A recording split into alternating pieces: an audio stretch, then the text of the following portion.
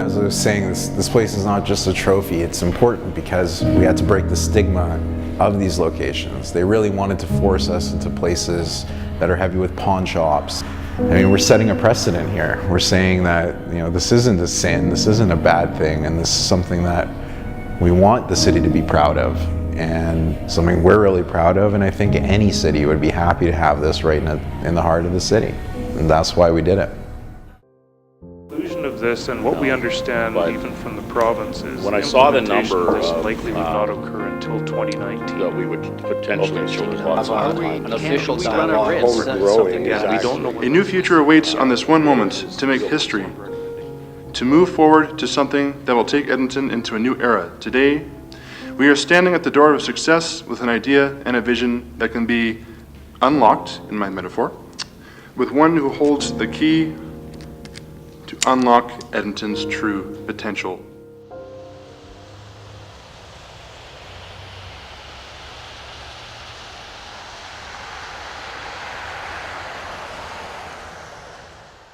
I mean, right now it's looking like the industry is going to flourish, but they could limit it to only LPs producing the product, which would significantly decrease capacity. The fact that we're getting some traction is good in both cities, but Calgary, thus far, has been a lot more receptive. So we're excited to finally see it open. So Thursday the sign goes up, Thursday we open, we're just training staff, and it's the first dispensary in Calgary.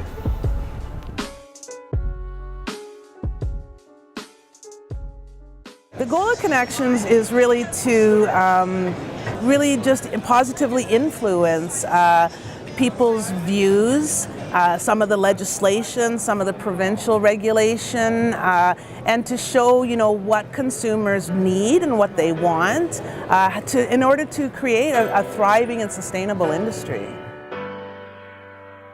We've had an incredible weekend. We're looking at probably 8,000 to 10,000 people visiting us this weekend, which is way more than we expected. But we realize that there's a huge want for information and a need for a cannabis and hemp forum where you can learn and buy products and just basically take in the entire industry as it's ever evolving and very popular right now. So we saw that and the need for it and decided to roll with it. Talk with scientists to try and find what's real and what is medically relevant when we're speaking about cannabis. That we can have big brands that actually represent something because we are at the forefront. We don't have to have our weed be like a McDonald's hamburger. We can have great products, great brands that stand for something, that are eco-friendly, that make a difference, that pay their employees right, okay? I truly believe that.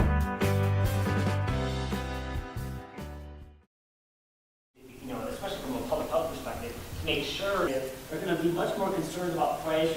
Cannabis has been used by the state as a gateway into the lives of our most marginalized populations.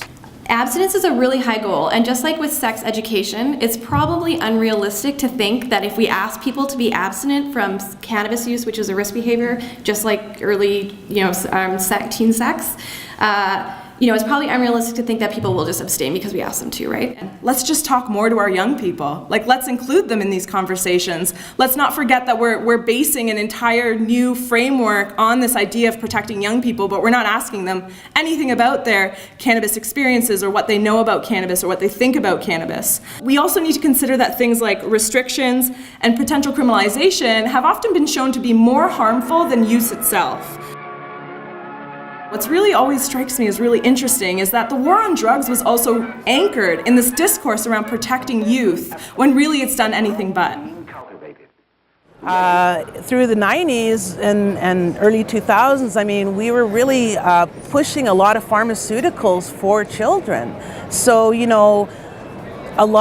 Canada here, we have a high youth use of cannabis, and I think personally that has a lot to do with them having been subjected to these pharmaceutical drugs, and they try cannabis and they like it better.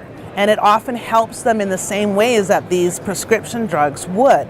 And yet they feel better for using it because it's more natural, it has less side effects, and in fact helps them with some of the side effects that they experience from those pharmaceutical drugs.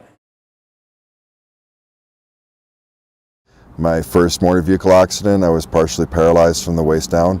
I had herniated 3 of my discs, ruptured 1, had bone splinters embedded in my spinal cord, and I completely severed off my L4, L5 nerve going to the spinal cord.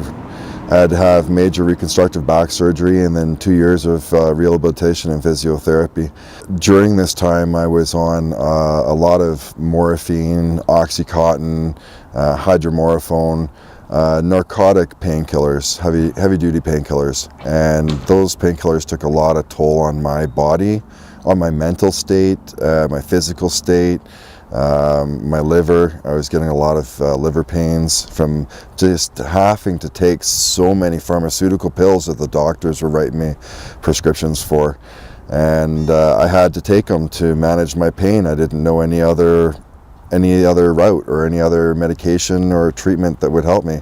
And once I had tried my first marijuana brownie that I made from the oils that I extracted from the marijuana I grew myself, I had total pain relief. Not like morphine, that's a high painkiller, right? But it relieved my pain to the point where I could deal with it. I could manage. Yeah, so in seeing the benefits of how that medical marijuana benefited me and helped me get off of opiates, narcotic medication, basically flush them down the toilet. There's also a 14-year maximum penalty tied to selling to minors. There have been approximately 60,000 convictions for cannabis possession since Trudeau obtained office, so as an MP. Again, 60,000 convictions for something that an individual himself admitted to doing while sitting as an MP and then used as a platform to become Prime Minister.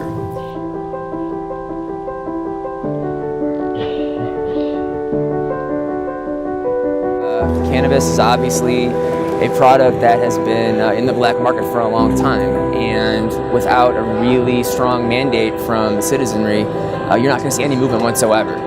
Legislators and regulators don't like to do stuff unless they're told to do it, unless they actually, have pressure put upon them. But then once it's there, they'll respond and try to fulfill that obligation as strong as possible. People think that once legalization comes into place, that's it. That's just the beginning. We're just running faster now. There's no stopping.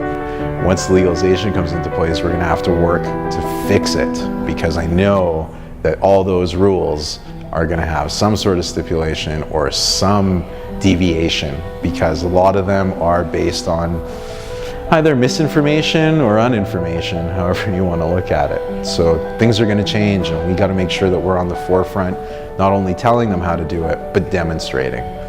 So this is big.